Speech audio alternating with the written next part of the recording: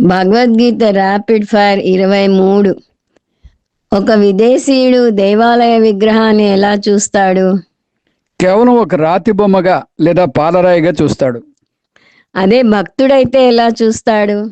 భక్తుడు అదే విగ్రహాన్ని భగవంతునిగా భావించి నమస్కరిస్తాడు. దివ్య చక్షువులు అంటే అసలు అర్థం ఏమిటి? రాగద్వేషాలు, వ్యక్తిగత భావాలు లేని సరైన దృక్పథం అంటే జ్ఞాన దృష్టి. విశ్వతోముఖం అనే పదానికి శంకరాచార్యులు ఏమి అర్థం చెప్పారు? విశ్వతోముఖానికి విరాట్ రూపం అని చెప్పారు. అంటే అందరి ముఖాలు ఆయనవే అని చెప్పారు. సహస్ర శీర్ష పురుష అంటే ఏమిటి? వేలాది శిరస్సులు కలిగిన వాడు అని అర్థం. అనగా అందరి ముఖాలు భగవంతునివే అని భావన. చిదంబరంలో శివుణ్ణి ఏ లింగంగా కొలుస్తారు? చిదంబరంలో శివుణ్ణి ఆకాశలింగంగా కొలుస్తారు.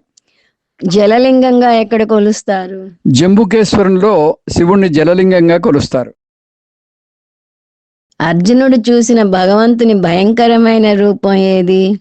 అర్జునుడు చూసిన భగవంతుని భయంకర రూపం కాలరూపం, సంహార రూపం. కాల రూపంలో ఉన్న భగవంతుని నోట్లోకి ఎవరెవరు పరిగెత్తుకుంటూ వెళ్తున్నారు? ధృతరాష్ట్రుని పుత్రులు, భీష్మద్రోణులు, కర్ణుడు, ఇంకా వేలాది యోధులు పరుగులు పెట్టుకుంటూ ఆ నోట్లోకి వెళ్తున్నారు. శాస్త్రం ప్రకారం మనిషికి ఏముంది? ఫ్రీ విల్ అంటే పురుష బుద్ధి, స్వేచ్ఛా సంకల్పం. ఉద్ధరేదాత్మనాత్మానం అంటే ఏమిటి? నిన్ను నువ్వే ఉద్ధరించుకోవాలి అని అర్థం. లోకంలో జరిగే పాపపుణ్యాలన్నీ దేవుడే చేస్తుంటే మనిషి ఏమవుతాడు? దేవుని చేతిలో ఒక కీలుబొమ్మ మాత్రమే అవుతాడు. పాపపుణ్యాలన్నీ దేవుడికే చెందితే ఆయనకి కూడా దోషం ఉంటుందా? మహా సంసారి అనే దోషం అంటుకుంటుంది భగవంతునికి.